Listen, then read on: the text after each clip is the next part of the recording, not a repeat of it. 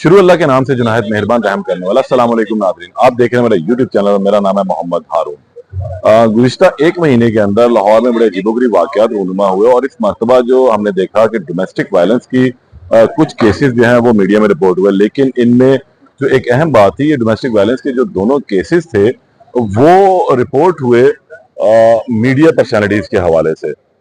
इससे पहले हमने देखा कि 1.5 से 2 माह कबल जो है एंकर मॉडल ज़ैनब जमील जो थी, उनको जो है वो इनके शौहर की जानिब से मुबैना तौर पर कातलाना हमले में ज़ख्मी किया गया और ये केस भी चलता रहा। फिर दूसरी जानिब अब से 2 हफ्ते कबल एक वाक़या रूनुमा हुआ जिसमें समा टीवी की जो एंकर हैं उन पर उन्हीं के शौहर की जानिब से जो है वो तशद्दुद किया गया, डोमेस्टिक वायलेंस किया गया और फिर ये मामला भी मीडिया में रिपोर्ट हुआ।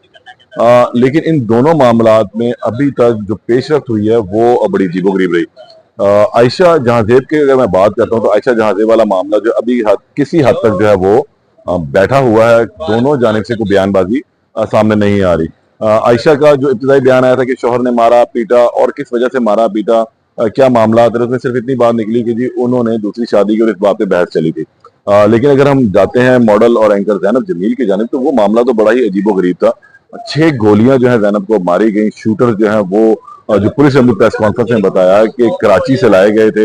यहाँ लोकल जो हैंडलर थे उन्होंने उन्हें मदद फराहम की। उसके बाद दोबारा वो शूटर्स यहाँ से वापस चले गए। फिर इन शूटर्स को गिरफ्तार किया गया। 2 शूटर्स अभी भी गिरफ्तार नहीं हुए थे।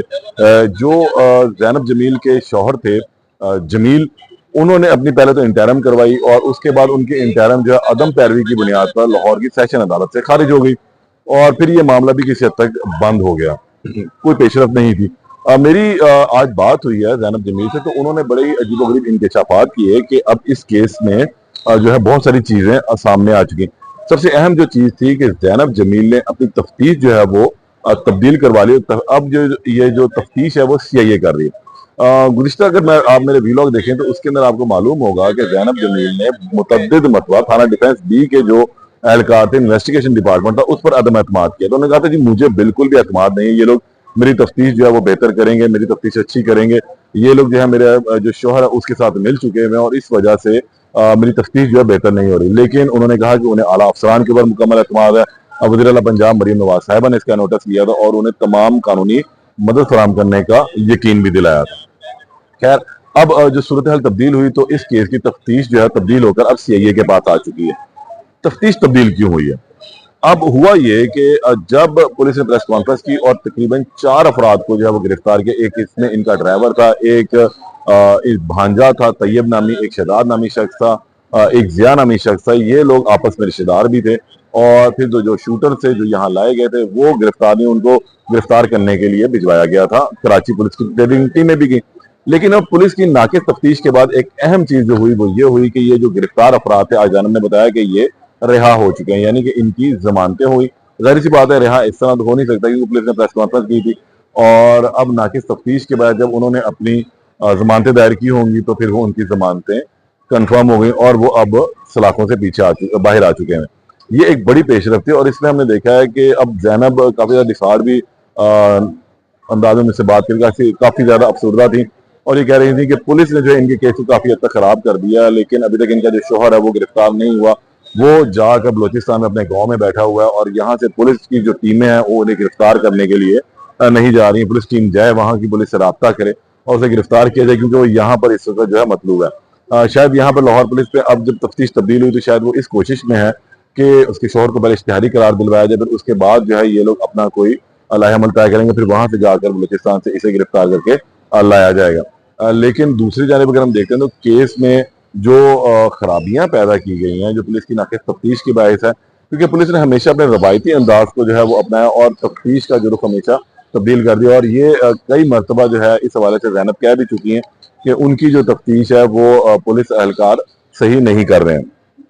अब ये आज एक अहम चीज थी कि जो उनके मुल्ज़मान का रिहा होना है ये कोई अच्छा साइन नहीं था और जो शूटर थे वो गिरफ्तार ही नहीं हुए। जो पुलिस ने शवाहिद इकट्ठे किए वो नामुकम्मल थे और इसके बाद क्योंकि जो प्रेस कॉन्फ्रेंस थी उसमें तो बड़ा क्लियरली कहा गया था कि 3 लाख रुपया लिया गया, तो इसके बाद कितने में मुकम्मल डील हुई वो अभी तक चीजें सामने नहीं आ सकी हैं।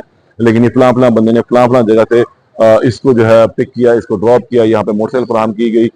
गाड़ी कहाँ से आई, ये लोग कराची से लाहौर किस तरह पहुंचे थे, फिर लाहौर से कराची किस्सा, ये तमाम तर तफसीलात जो है पुलिस ने अपनी प्रेस कॉन्फ्रेंस के अंदर बताई। लेकिन जब तफ्तीश के बाद, तफ्तीश में लिखने का जो वक्त था, उसमें इनकी इस नाकिस तफ्तीश के बाद जो है अब मुल्जिमान सलाखों से बाहर और दंदनाते फिर रहे होंगे। और जैनब जो है अभी घर पर ही मौजूद है। उन्होंने एक अहम चीज ये थी, अभी तक अपना सैलून जो है वो ज्वाइन नहीं किया दोबारा, क्योंकि उन्होंने कहा जी मेरी तबीयत अभी उस तरह बेहतर नहीं है, मुझे रिकवरी फेज के अंदर मैं अभी हूँ। लेकिन 1.5 से 2 महीने में जब मैं मुकम्मल तौर पर सेहतियाब हो जाऊंगी तो उस वक्त फिर मैं अपना सैलून भी ज्वाइन करूंगी, अपने वर्क की तरफ दोबारा जाऊंगी। लेकिन अभी जो मेन मेरा मकसद है वो अपने शोहर को जो है वो गिरफ्तार करवाना। मैंने उनसे सवाल किया कि आपकी जो सुलह है वो किसी हद तक हो रही है या कोई आप लोगों का म्यूचुअल फ्रेंड या वो फैमिली के मेंबर जो सुलह के लिए है? तो उन्होंने कहा जी ऐसा कोई हमारे दरमियान फैमिली फ्रेंड है नहीं, या और सुलह के लिए जो मुझे अगर दबाव डाला भी गया तो मैंने बिल्कुल मानने से इनकार करना, सुलह मेरी हो नहीं सकती है और मैंने हर हाल में जो है इनसे अब अलहदगी इख्तियार करनी है, क्योंकि मुझे 6 गोलियां जो है वो लगी थी और एक गोली उनके जबड़े को पार करती हुई थी, जिसका एक बहुत बड़ा ऑपरेशन हुआ। फिर 3 गोलियां उनकी पसली में लगी, 2 उनके बाजू में लगी थी, तो उसकी भी सर्जरी हुई है। और फिल वक्त जो है इस टाइम जैनब थोड़ी सी अफसरदा जरूर है। इस तमाम सिनेरियो को देखते हुए कि पुलिस की नाकिस तफ्तीश के बाद उनके जो मुल्जिमान है जिन्हें सलाखों के पीछे होना चाहिए था, वो अब सलाखों से बाहर है।